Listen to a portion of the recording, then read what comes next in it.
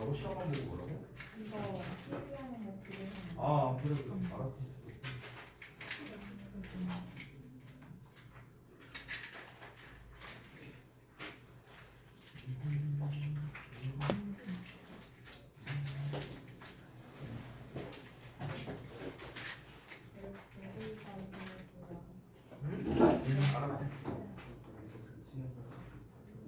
안 가져왔다고요?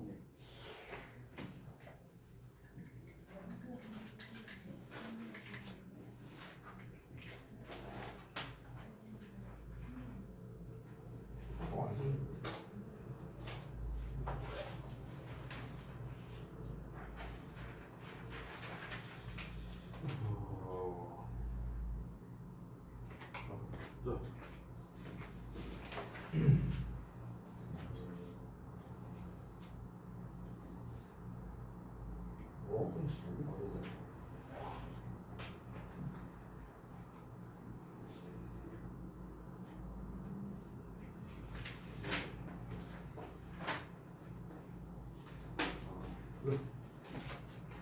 이거는 항상 붙여두시고 검사를 받으셔야 돼요.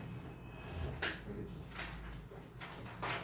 이거 붙여서 알겠지? 단어 테스트 본 것도 항상 여기다 맞춰놓는 거지. 알겠지? 응. 그러니까 제시? 제시야? 단어는 제시예요. 그리고 이거 채점 아직 다 못 푼 거예요? 아니면 뭐야? 다안 풀었어?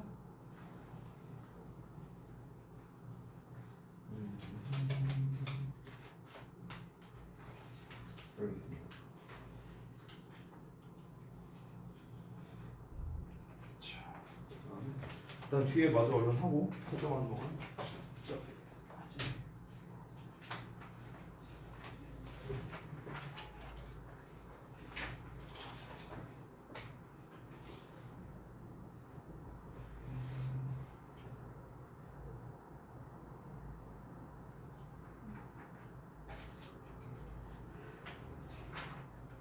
여기도 그렇고 여기도 그렇고 뭔가 일부라도 모르는 게 있으면 아예 안 해버리고 지금 좀 이런 게 있네 지금 보니까. 그러니까 일단은 뭐 예를 들어 이런 단어를 모른다 하더라도 이런 애들은 다 알 거 아니에요 웬만하면.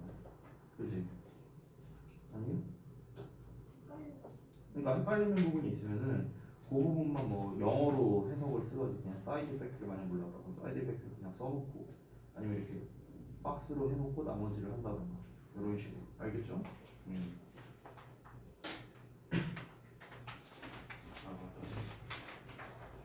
뭘 그렇게 급하게 하고 있어 네가.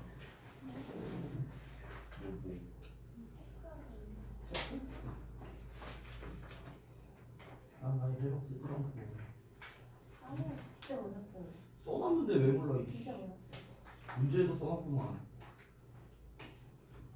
난 내일은 문제를 잘 안 해.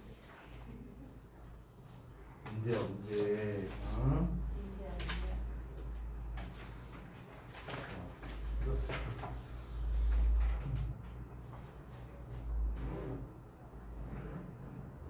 여기까지도 해도 잘 쓰고 왜 여기는 안 돼?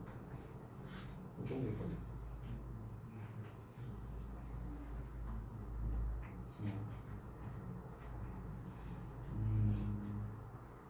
여긴 뭐야? 왜 이렇게 못하냐?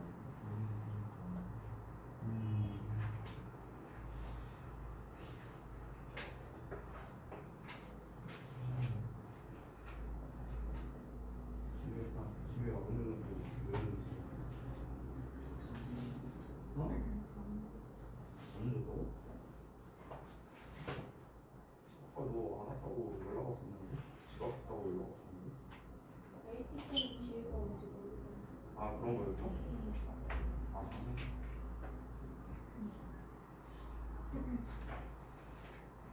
오늘도 왔으면 이제 괜찮아?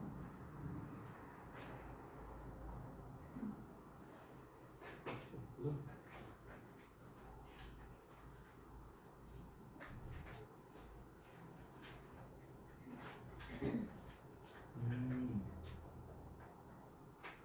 오.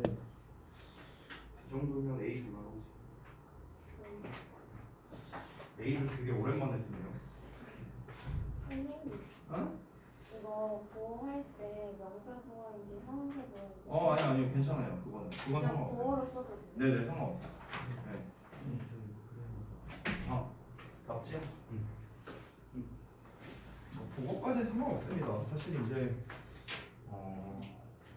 원래 그 오형식 구조 할 때는 조금 중요할 수도 있는데 솔직히 말하면은 저는 그렇게 크게 중요하다고 생각하진 않아요. 그래서 뭐 무슨 보호냐까지는 신경 쓰지 말고 하시면 됩니다. 자 그러면 데일리 테스트 피드백 하고 그리고 우리 또 오늘의 수업을 해야겠죠? 자 가봅시다. 1번부터 볼게요. 주제.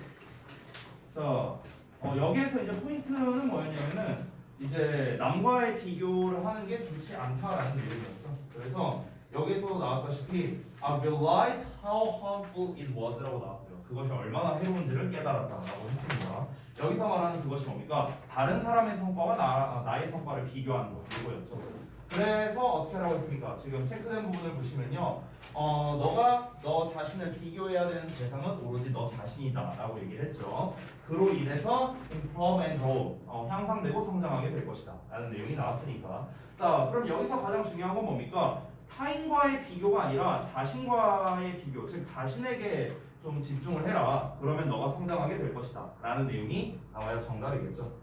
1번에 보시면 side effects라고 나오는데 side effect가 부작용이라는 뜻이에요. 그래서 성공적인 리더들의 이면에 동기부여의 부작용이라고 했는데 당연히 부작용에 대한 이야기도 아니고요. 성공적인 지도자들 이면에 있는 내용도 아니었고요. 그러니까 아예 벗어난 내용. 그 다음에 2번은 value of others concerns about one's future reputation. reputation 하면 명성이라는 뜻이죠. 그래서 어떤 사람의 미래의 명성에 대한 그런 타인의 관심의 가치랍니다. 뭐 얘도 뭐 역시나 전혀 상관없는 거죠. 그러니까 명성이라는 거 얘기도 사실 적절하지 않고요. 뭐 명성에 대한 이야기가 나온 것도 아니니까요. 그 다음에 3번 not for focusing on one's own growth. 자, one's own growth니까 자기 자신의 성장에다가 초점을 맞춘다는 거죠. 뭐 하기 위해서? 자기 자신을 improve, 향상시키기 위해서 이거의 필요성이랍니다. 여기서 핵심적인 말이 다 나왔죠. 자기의 성장을 위해서 자기에게 초점을 맞춘다. 타인과 비교하는 게 아니라 나 자신과의 비교를 한다. 그래서 정답 3번이 되겠고요. 4번은요. 중요성이래, 라이벌리의 중요성이래. 이것만 보더라도 틀렸어요. 경쟁의 중요성. 이 글에서는 경쟁의 중요성을 얘기하는 게 아니죠. 오히려 반대되는 얘기에 가깝습니다. 따라서 4번은 여기만 보더라도 틀렸는데 뒤를 보자면 in pursuing one's progress in the job place. 직장에서 진보를 추구하는 데 있어서 경쟁의 중요성이에요. 경쟁을 하지 오히려 말라고 하는 쪽에 가까우니까 4번은 반대 내용. 5번은 obstacles in assessing one's future career prospects based on statistics.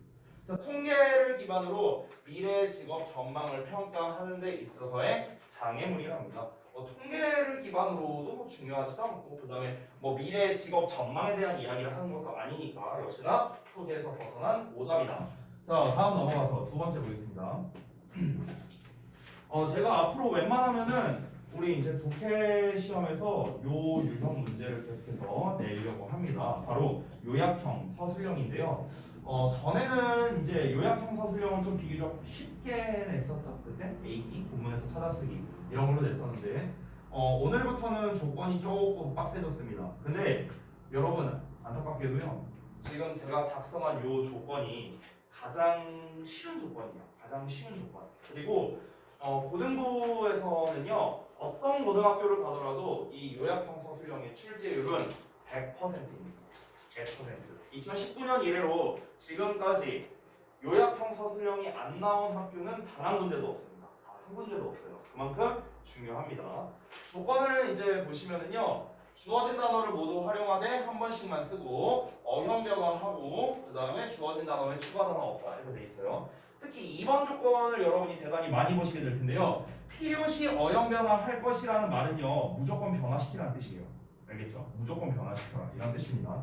그러니까 여기 중에서 한 단어든 두 단어든 무조건 변화시키라 이런 말이에요. 자, 우리가 이렇게 요약형 서술형을 풀려면요. 일단 두 가지를 먼저 파악을 해야 됩니다. 당연히 첫 번째는 내용 파악이 돼야겠죠. 이 글이 뭐에 대한 내용이었는가. 그리고 두 번째는요. 조건을 잘 확인해야 되는데 이 조건 확인해서 여러분이 봐야 되는 게 당연히 첫 번째는 여기 1, 2, 3번에 있는 조건이 되겠고요. 그 다음에 두 번째는요 힌트 단어입니다. 힌트 단어.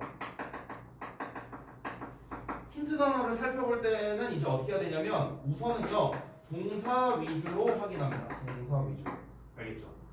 힌트 단어까지 확인을 하고 나면은 그 다음에 마지막으로 세 번째가 이미 주어져 있는 문장이 있습니다. 이미 주어진 어떤 단어들이 있겠죠. 단어들. 여기서도 역시나 일단은 동사 위주로 먼저 확인을 하세요. 동사 위주로 확인하고 난 다음에는 그 다음에 우리가 좀 엮을 수 있는 뭐 구문 같은 게 혹시 있지 않은가 이런 거를 좀 살펴보면 됩니다. 그래서 우리가 이거를 종합해서 이제 최종적으로 요약문을 완성을 하는 건데요. 자, 한번 과정을 보여줄게요. 자, 일단 이 내용이 뭐였는가를 먼저 우리가 상기를 해보겠습니다. 자, 그 내용을 보시면은 이제 어떤 사람의 일화를 시작하면서 완충지대에 대한 개념을 이제 아이들에게 설명하고 있는 거였죠. 완충지대의 개념을 뭘로써 얘기했습니까? 자동차가 가는데 만약에 브레이크를 밟을 수 없는 상황의 자동차다. 이런 식으로 예시를 들어서 설명했어요. 자, 그러면은 앞차와의 추돌이라든가 이런 걸 피하기 위해서 어떻게 해야 된다? 여유 공간이 있어야 된다. 이 여유 공간 자체가 바로 뭐다? 완충지대이다. 결국 이 사람이 말하는 거는요. 앞으로 어떤 일이 발생할지 모르기 때문에 우리가 언제나 어느 정도의 여유를 둬야 된다라는 걸 말하는 거죠. 유비무환이다. 뭐 예를 들면은 만약에 여러분들이 웹툰 작가예요. 그러면은 내가 이제 일주일에 한 편씩 그 웹툰을 이제 그 게시를 해야 되는데 근데 갑자기 내가 어떤 일이 생길지 모르니까 세이브문을 미리 만들어놔야 된다. 이게 완충지대라고. 이해됐죠? 쉽게 말하면. 자, 그래서 지금 제가 표시해놓은 것들이 이제 그 단서가 되는 건데 자, 일단 내용은 파악했고요. 힌트 단어를 보겠습니다. 동사 위주로 보라고 했죠. 동사 위주. 여기서 동사처럼 생긴 애는 일단 give 나와 있고요. 그 다음에 여기 비동사 나와 있습니다. 됐죠? 자, 그러면은 일단 동사로 쓸 수 있는 애 둘 나왔으니까 이 여기로 다시 돌아가면 a way 있고 a buffer zone to deal with it 이렇게 나왔어요. 자, 그럼 여러분 지금 이미 주어져 있는 단어에서는 단 하나도 동사가 없습니다. 힌트 단어에만 지금 동사가 두 개가 나와 있어요. 그죠? 그러면은 동사가 두 개 있다는 거는 최소한 접속사나 연결사, 그러니까 그 관계사나 이런 애들 있죠. 이게 한 개가 필요하다는 거예요. 동사 두 개를 연결하려면요, 이 연결을 할 연결고리가 필요할 거 아니냐, 그렇지? 이 연결고리가 뭐다? 접속사나 의문사나 관계사, 셋 중 하나예요. 셋 중 하나. 근데 지금 여기 주어져 있는 단어에서는 접속사, 의문사, 관계사가 딱히 없죠. 그래서 힌트 단어에서 찾아보니까 여기 있네요. 네. 그렇죠? 아, 그러면은 일단 이 that을 기준으로 얘와 얘를 나누겠구나. 이런 식으로 우리가 확인해 볼 수 있겠다. 그러면은 동사 자리가 앞쪽과 뒤쪽에 각각 하나씩 나올 수가 있겠네. 이런 식으로 우리가 생각해 볼 수 있겠죠. 자, 그럼 한번 볼게요. The way 방법인데 뒤에 나와 있는 게 buffer zone 하고 나와 있어요. 일단 way가 주어겠죠. 그럼 여기 어딘가에 동사가 나올 것이다. 우리가 이렇게 예상을 할 수 있고요. 그 다음에 여기 어딘가에 that이 나오고 또 동사가 나오겠구나. 이런 식으로 또 우리가 예상을 할 수 있습니다. 자, 그러면 조건 확인했고 내용 파악 다 했습니다. 자, 그러면은 방법을 봐야겠죠. 어떻게 해야 되겠습니까? 예상치 못한 일을 우리가 잘 대처를 하려면 어떻게 해야 된다? 버퍼 존이라는 거를 만들어야 된다. 뭐 이런 식으로 우리가 처음에 내용을 쓸 수 있겠습니다. 자, 그럼 이제 예상치 못한 일 여기에 나와 있죠. 일이라는 거는 우리가 thing 같은 단어로 쓸 수도 있는데 thing이 없으니까 가장 비슷한 problem을 우리가 활용할 수 있겠다. 그래서 to solve an unexpected problem 여기까지를 일단 완성할 수가 있어요. 자, 그래서 예상치 못한 문제를 해결하기 위한 방법이 바로 무엇이다? 완충지대를 만드는 것이었겠죠. 그래서 is to create a buffer zone 여기까지 됐고요. 근데 제가 항상 말하지만 여기서 말하는 버퍼 존이라는 건 일종의 전문 용어예요. 전문 용어. 그렇죠? 이 본문에서 나와 있는 전문 용어. 전문 용어가 나오면 반드시 이에 대한 설명이 필요합니다. 설명. 이 버퍼 존이 뭔데 이거에 대한 설명이 필요해요. 그래서 그 이하가 앞에 나와 있는 버퍼 존에 대한 설명을 하고 있다라고 봐야겠죠. 자, 그럼 버퍼 존이라는 게 뭔데요? 내가 아까 말했죠? 완충지대. 완충지대는 무엇이다? 내가 예상치 못한 일을 어떻게 잘 대처할 수 있게끔 여유 공간을 주는 거죠. 여유 공간. 그래서 that gives us extra space라고 쓴 겁니다. 본문에서도 실제로 extra space라는 표현으로 나와 있었고요. 그렇죠? 그래서 이렇게 완성이 되겠습니다. 자, 다음 넘어가서 마지막 세 번째 구문독해 파트 볼게요. 자, 구문독해 파트는 좀 특이한 것만 제가 위주로 한번 보겠습니다. 자, 첫 번째 문장에서 뭐 특이한 거라고 해봤자 요 정도밖에 없어요. be likely to 부정사. 요 정도. more가 붙어 있으면은 뭐할 가능성이 높다라고 해서 하면 되겠죠. 요거 외에는 특별한 거 없고요. 자, 그 다음에 두 번째. 2번에서도 likely가 나오는데 전에 말했다시피 이 likely가 아마도라고 해석이 될 수도 있다 했죠. 아마도. 여기서 부사로 쓰여서 아마도 이렇게 해석이 된 거고. 그 다음에 또 뭐 특별한 게 뭐 있을까? 딱히 특별한 거 없습니다. 뭐 요 정도? lead to 정도? 뭐뭐로 이어지다. 요 정도로 해석하면 되겠다. 나머지 특별히 어려운 거 없고요. 자, 그 다음에 세 번째. 세 번째를 보시면은 아무래도 여기 realize 뒷부분, 여기 대절이 좀 중요하겠죠, 대절. 여기를 아마 해석하기가 좀 어려워 했을 것 같은데요. 잠깐 보자면 대절의 주어가 여기까지예요. 요만큼. 이게 대절의 주어.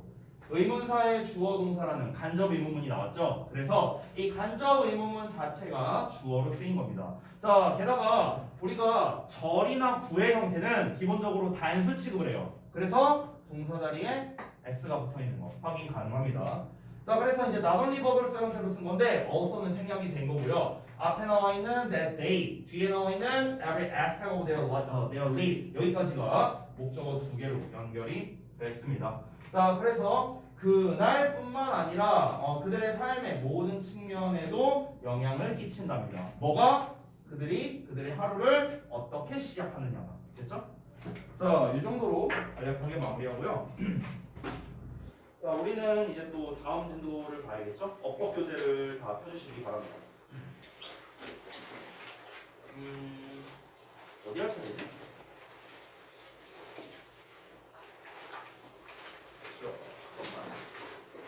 어디까지 했어?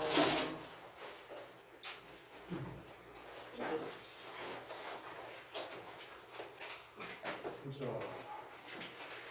그때 8페이지까지 하고 그냥 끝났었던 것 같은데 맞나요? 8페이지까지 다 했었지. 알겠습니다. 아, 그리고 아까 전에 저기 누구냐 찬이 이거 답지 못 받았었죠.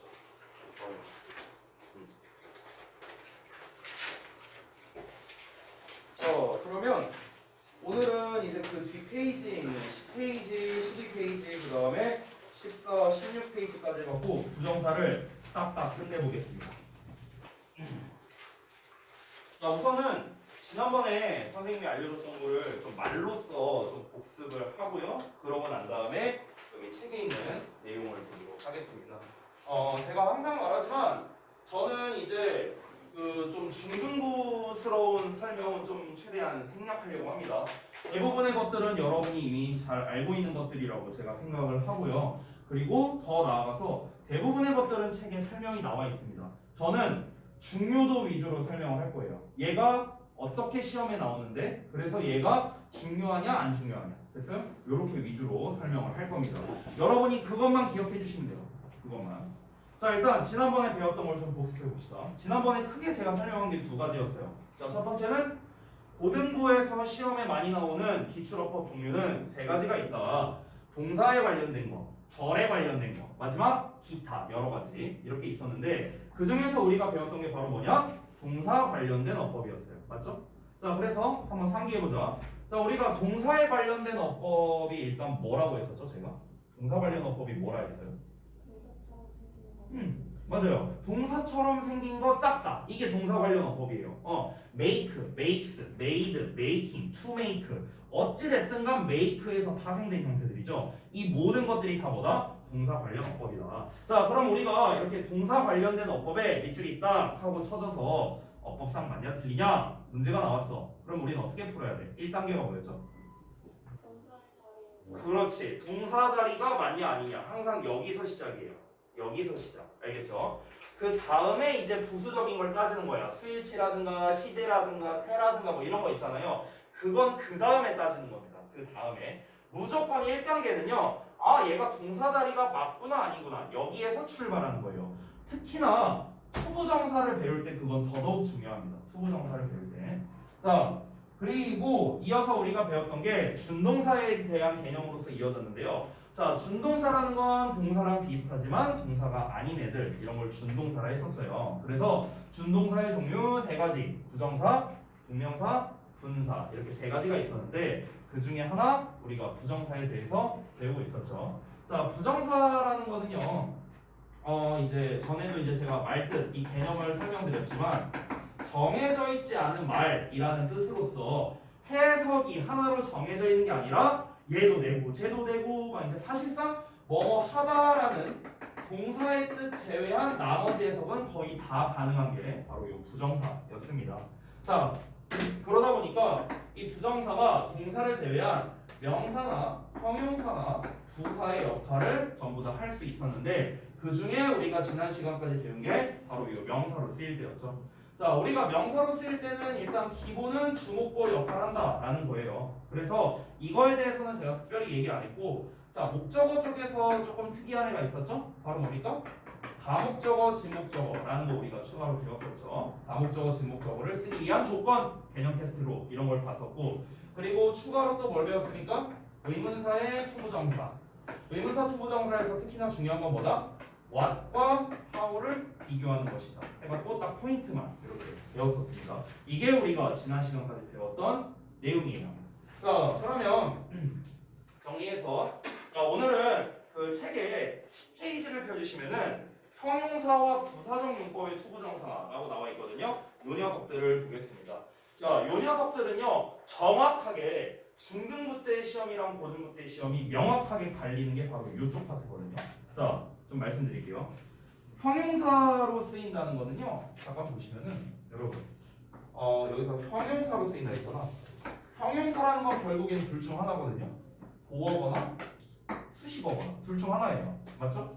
그래서 지금 책에도 보시면요. 명사 수식이라 나와 있고 아래에 비투용법이라고 나와 있거든요. 여기서 명사 수식이라고 나와 있는 게 뭡니까? 이게 바로 뭐예요? 말 그대로 수식어 역할하는 거죠. 아래 나와 있는 비투용법이라 써 있죠. 이게 이제 도어 역할하는 거예요. 아시겠죠? 여러분 항상 머릿속에 담아야 되는 게 뭐냐면 너네가 형용사에 관련된 문법을 배울 때는 항상 두 가지가 있구나. 이렇게 좀 생각을 해주세요. 투부정사가 형용사로 쓰이면 뭐다? 도어와 수식어 역할을 당연히 해야겠죠. 됐어요? 자, 또 대표적인 형용사 관련된 문법이 뭐냐? 여러분이 배웠던 관계대명사예요. 관계대명사. 관계대명사는 앞에 있는 명사를 꾸며주는 형용사 절의 역할을 했잖아. 그래서 관계대명사도 두 가지의 역할로 나뉘어졌어요. 그게 여러분이 아마 배웠을 텐데요. 제한적 용법, 계속적 용법 이렇게 나눠서 배웠었을 겁니다. 즉 형용사에 관련된 문법은 언제나 뭐다? 두 가지가 나올 수 있다. 이거를 좀 생각해 주시기 바랍니다. 자, 그러면은 요놈부터 한번 보겠습니다. 투부정사가 형용사로 쓰일 때. 자, 일단 제가 항상 말하지만 우리가 이런 문법을 배울 때 여러분이 세 가지를 신경 써야 한다고 했어요. 자, 첫 번째는 뭐다? 품사가 뭐냐? 두 번째, 자리가 어떻게 되냐? 세 번째, 그래서 해석이 어떻게 되냐? 이것만 알면 돼요, 여러분. 어떤 문법이든 간에 이것만 배우면요, 여러분이 80% 이상 써먹을 수 있어요. 품사, 자리, 해석. 자, 품사는 일단 나왔죠. 형용사로 쓰인대요. 자, 그러면 자리가 어떻게 될까요? 보어 자리거나 수식어 자리거나 둘 중 하나겠죠. 그렇죠? 자, 근데 보어 자리는 너무 명확하죠? 넘어가고요. 수식어 자리를 먼저 볼게요. 원래는 우리가 명사를 꾸며줄 때 형용사는 앞에서 뒤로 꾸며주는 게 기본 원칙입니다. 맞죠? 프리티걸이라고 하잖아. 프리티걸. 그런데 투부정사는 일단 최소 두 단어잖아요. 투에 동사 원형으로 돼 있으니까. 자, 여러분이 잘 아시다시피 지난번에도 배웠지만 우리 가주어라든가 가목적어라든가 이런 애들을 왜 썼었죠? 영어는 앞이 긴 게 싫어. 그렇죠. 앞이 긴 게 싫으니까 그런 거예요. 주어가 너무 기니까 꼴 보기 싫어서 뒤로 보냈고, 목적어가 너무 긴 게 꼴 보기 싫으니까 뒤로 보냈고. 됐어요? 이겁니다. 자, 마찬가지예요. 투부정사가 명사를 꾸며줄 때도 앞에서 뒤로 꾸며주기에는 얘는 기본적으로 한 단어겠지만 얘는 최소 두 단어잖아요. 그렇죠? 그러니까 앞에서 뒤로 안 꾸며줍니다. 이게 첫 번째 이유예요. 두 번째 이유가 있어요. 두 번째 이유는 뭐냐면요. 헷갈려서 그렇습니다. 네? 헷갈려서가 무슨 말이에요? 자, 여러분 다시. 자, 지난번에 배웠던 건데 여러분 이 준동사라는 거 동사와 비슷하다고 했죠. 뭐가 비슷하다? 생긴 게 비슷하고 특징이 비슷하다. 이런 얘기를 했었어요. 그렇죠? 자, 근데 여기서 특징이라고 해갖고 선생님이 그때 네 가지를 썼었거든요. 네 가지. 그 네 가지가 뭐였냐? 뭐 시제를 표현할 수 있다, 긍정과 부정을 표현할 수 있다, 해를 표현할 수 있다, 뭐 이런 것들 얘기를 했었죠. 근데 마지막 네 번째가 제일 중요했었는데 잘 기억해봐. 자, 동사를 기준으로 앞에는 주어가 오지만 뒤에는 형식에 따라서 보어나 목적어나 뭐 이런 애들이 올 거 아니에요. 그렇죠? 자, 그러면 똑같습니다. 준동사도 앞에 주어가 오고 준동사도 뒤에 보어나 목적어가 온다는 거예요. 동사랑 똑같이요. 자, 여기서 하나 퀴즈. 이때 준동사의 주어를 뭐라 한다 했죠? 의미상 주어라고 부르는 거예요. 의미상 주어. 됐죠? 나 여진이랑 과외하고 있는 거냐? 지금 뭐야 나머지들 뭐하고 있어 자스들아. 응? 자, 그럼 봐봐. 잘 봐. 만약에 이런 구조가 나왔다고 쳐봐. 그러면 투부정사가 만약에 앞에서 뒤로 명사를 꾸며준다 생각하면은 혼동이 올 수 있어요.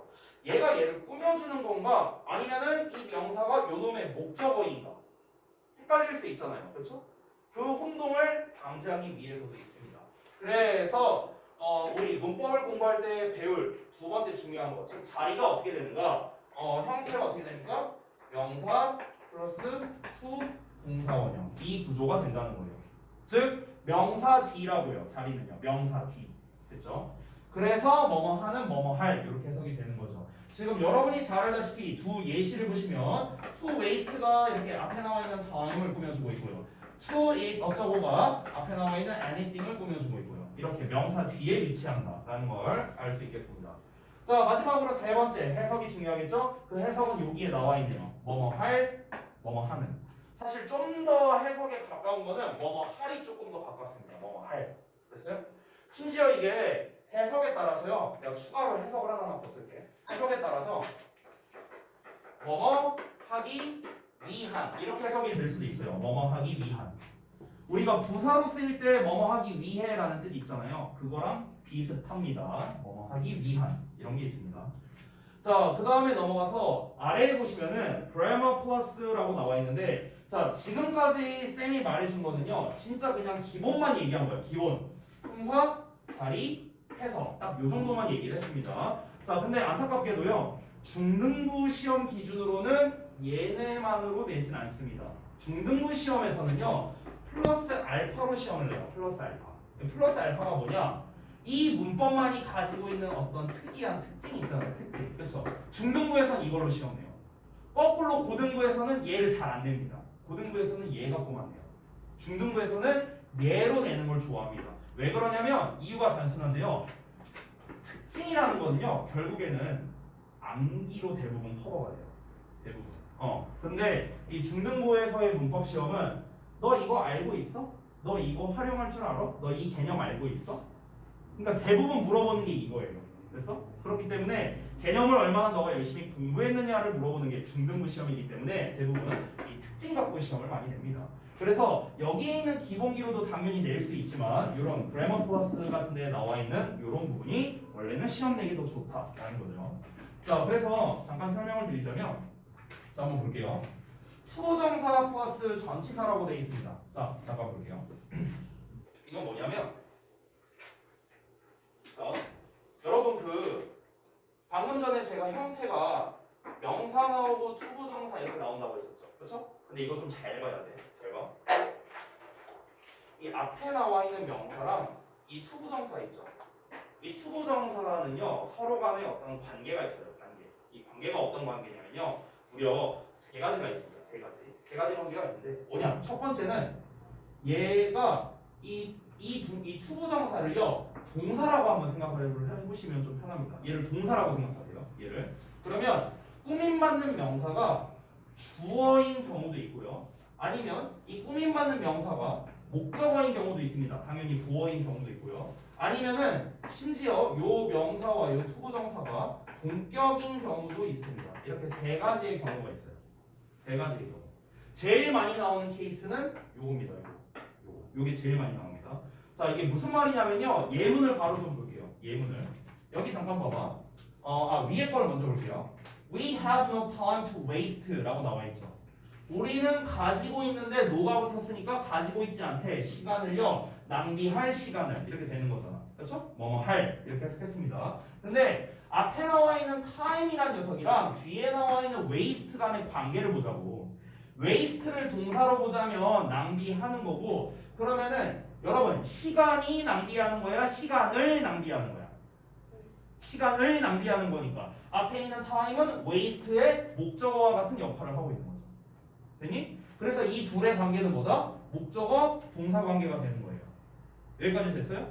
원래 waste는 뭐뭐를 낭비하다라는 뜻이기 때문에 waste 뒤에 뭐가 와야 되냐면 목적어가 와야 돼요. 근데 안 나와 있잖아 지금. 왜 안 나와 있습니까? 앞에 나와 있는 time이 그 역할을 하고 있기 때문에 그런 거예요. 그래서 목적어를 쓰지 않은 거예요. 됐니? 아래에 있는 걸 볼게요. 자, 아래에 보시면 You can't have anything. 너는 아무것도 가지고 있지 않대. 먹을 어떠한 것도 가지고 있지 않대요. 먹을 어떠한 것도. 그럼 잘 봐봐. 얘를 동사라고 보자면요. anything. 어느 것이 먹는 건지, 어느 것을 먹는 건지. 뭐가 맞아요? 어느 것을. 됐어요? 어떠한 것도 먹을 것이 없다라고 했으니까 이 anything과 it의 관계도 목적어 동사 관계가 된다는 거죠. 그래서 방금 제가 말했다시피 목적어 동사 관계가 제일 많이 나옵니다. 제일 많이 나와요. 그래서 지금 실제로 보시면 it 뒤에 목적어가 없다라는 걸 역시나 또 우리가 확인할 수가 있습니다. 됐나요? 자, 근데 잘 보세요. waste나 it는 둘 다 공통점이 뭐냐면 둘 다 뒤에 목적어를 갖는 타동사예요. 타동사. 뭐뭐를 낭비하다, 뭐뭐를 먹다, 을을이라는 말과 잘 어울리는 거죠. 됐어? 근데 아래 있는 놈들을 볼게요. 예를 들어서 쌤이 만약에 여기서 to를 빼볼게. to를 빼볼게. 이렇게만 썼어요. 잘 보세요. She needs someone. 그녀가 누군가를 필요로 한데, 근데 그 누군가가 누구냐? 얘기할 누군가예요. 이야기할 누군가. 자, 그러면은 이 토크가 동사라면은 someone과의 관계가 어떻게 됩니까? someone은 목적어가 돼야 되거든요. 됐어요? 누군가랑 이야기하는 거잖아. 누가? 그녀가. 됐어? 그러면은 토크에 대한 목적어 역할을 해야 되는데 여러분 안타깝게도 토크는 목적어를 받을 수가 없어요. 왜냐면 토크는 그냥 이야기하다지 뭐뭐를 이야기하다가 아니잖아요. 말이 어색하죠. 그래서 여기서 얘기를 해야 될 대상을 말하고 있으니까 우리가 전치사 to를 이렇게 붙여줘야 되는 거야. 그러면 talk to하고 to에 대한 뒤에 목적어 즉 명사가 안 나와 있죠. 왜 안 나와 있습니까? 이 녀석에 대한 목적어가 앞에 있는 someone이기 때문에 그런 거죠. 되니? 그래서 더 쉽게 말하면 어떻게 보시면 되냐면요. 내가 여기 투부정사 뒤에 전치사를 붙여야 돼 말아야 돼 이게 헷갈릴 수 있어요. 그럴 때는요. 앞에 꾸밈받는 명사를 뒤로 보내보면 돼요. 알겠죠? 앞에 꾸밈받는 명사 time을 요 자리에 써보고요. anything을 요 자리에 써보라고. 그래서 걔를 해석해봐요. 말이 되나 안 돼? 이렇게 보면 됩니다. 여기에서 만약 to가 없다면 talk someone이 돼요. talk someone. 이거는 말이 안 되고요. friends를 play 뒤에다 보내봐. 그럼 친구를 놀다예요. 말이 안 되잖아. 그렇죠? 그러니까 친구와 논다라는 의미에서 뭐뭐와라는 전치사를 붙여줘야 되는 거죠. 그래서 이 방금 전에 제가 설명한 내용을 간단하게 정리하겠습니다. 정리하자면 명사 나오고 to 동사 원형 나오고 그 다음에 전치사가 나오는 지금 현재 이런 구조입니다. 자, 그러면은 여기에서 이 전치사 있죠, 전치사. 이거를 붙여야 되는가? 붙여야 하는가? 이거를 결정하려면 어떻게 하면 된다? 앞에 나와 있는 명사를 요 전치사 뒷자리로 보내보면 된다. 이거예요. 결론이 이겁니다. 알겠죠? 그래서 그냥 쉽게 말하면 대부분의 자동사들이 이렇게 된다라고 생각하면 돼요. 자동사들이 이렇게 뒤에 전치사를 붙인다. 이렇게 내리면은 쉽게 결론을 말할 수 있습니다. 자, 그 다음에 바로 이어서 두 번째. 중학교에서의 시험 포인트가 이거예요. 요거. 어법상 어색한 거 골라라 하고 한 다음에 여기서 to를 빼놓는다던가 with를 빼놓는다던가 뭐 이렇게 시험 내는 거예요. 알겠죠? 이게 중딩식 시험입니다. 중딩식 시험. 자, 그 다음 넘어가서 고등부에서는 안 나와요. 자, 보겠습니다. B번에 B2용법이라고 나와 있는데 아까 말했다시피 B2용법은 모어 역할을 하는 거거든요. 그러니까 이게 왜 B2용법이라고 부르냐면은 주어 다음에 비동사가 나왔어. 그럼 원래 우리가 비동사 뒤에는 무조건 보어가 나오잖아요. 그렇죠? 그래서 뒤에 나와 있는 투부정사가 형용사로서 보어 역할을 하고 있기 때문에 우리가 비투용법 이렇게 얘기를 하는 겁니다. 편의상 이렇게 얘기하는 거예요. 그래서 지금 실제로 보면 전부 다 비동사의 투부정사, 비동사의 투부정사 이렇게 나와 있는 게 확인이 되는데요. 자, 미리 말할게요. 비투용법은요, 시험에 언제 나왔는지 기억도 안 나요. 제 기억으로 한 10년? 10년 정도 됐네. 10년 전에 나온 거 본 적이 있어요. 10년 전에 나온 거. 그러니까 이 비투용법 자체로는요, 사실 시험에서 내기에는 그렇게 매력적인 녀석은 아닙니다. 왜 그러냐면은 이 비투용법 자체가 원래 중등 과정에서 안 나오거든요. 그러니까 교과서 기준이에요. 그러니까 교과서에는 이 내용이 안 나와요. 교과서에는. 그러니까 뭐 예를 들어 외부 지문이라던가 아니면 학교에서 별도로 뭘 설명한다던가 이럴 때는 나올 수 있겠죠. 근데 교과서 내에서는 이 비투용법 나온 게 제 기억으로는 없습니다. 그러다 보니까 얘로 시험을 낼 수가 없는 거야. 근데 고등부에서 만약에 이제 고등부에서는 얘가 나오니까 그럼 고등부에서 시험을 내려면 어떻게 해야 되냐면요. 예를 들어서 여기다가 밑줄 쳐놔요. 투부정사에다가. 그리고 얘랑 의미가 똑같은 거 골라라. 의미가 다른 거 골라라. 뭐 이런 걸로밖에 낼 게 없는 거예요. 의미가 5개 있으니까. 근데 여러분 안타깝게도요.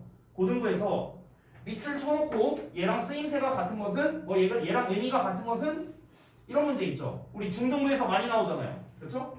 그런 문제 안 나옵니다. 고등부에서는 절대 안 나와요. 다시 중등부에서는 대표적으로 뭐 have pp 같은 거 있잖아요. 현재 완료. 얘 밑줄 쳐놔. 얘랑 의미가 같은 거 골라라. 잘 나오잖아요. 이런 식으로. if에다 밑줄 쳐놔요. 얘가 뭐뭐인지 아닌지의 뜻인지 만약의 뜻인지 한번 구분해봐라. 이런 문제 잘 나옵니다. 중등부에서는. 근데 고등부에서는 안 나와요. 왜 안 나오는지 알아요? 수준에서 안 나옵니다. 심플하죠? 그래서 밑줄 쳐놓고 구분하는 문제밖에 낼 수가 없는데 문제가 뭐냐? 고등부에서는 그런 문제가 안 나오고 중등부에는 비투용법 자체가 안 나오고 이러니까 이 비투용법이 사실상 이 어법 시험에서는 잘 안 나오는 녀석이 돼버린 거죠. 그래서 이제 사실 이 비투부정사 같은 경우는요 중요한 게 뭐냐? 그냥 해석이에요. 해석만 할 줄 알면 돼요. 근데 여기에 해석이 안 쓰여 있죠. 그래서 제가 해석만 써줄게요. 그리고 팁도 알려줄게요. 팁. 그러니까 지금 생긴 게 다 똑같잖아. 비동사의 투부정사라는 이 생긴 게 다 똑같잖아. 그러면 우리가 어떻게 구별해야 되는가? 그거를 뭐 약간의 팁이라도 제가 좀 드릴게요. 자, 일단 해석을 제가 여기 책의 오른쪽에 써놓을 테니까 여기다가 쓰시면 되겠습니다. 자, 얘는 말 그대로 뭐 할 예정이다예요. 비고잉크랑 같은 뜻입니다. 자, 그리고 얘 같은 경우는 뭐뭐 해야 한다. 얘는 뭐뭐 할 수 있다.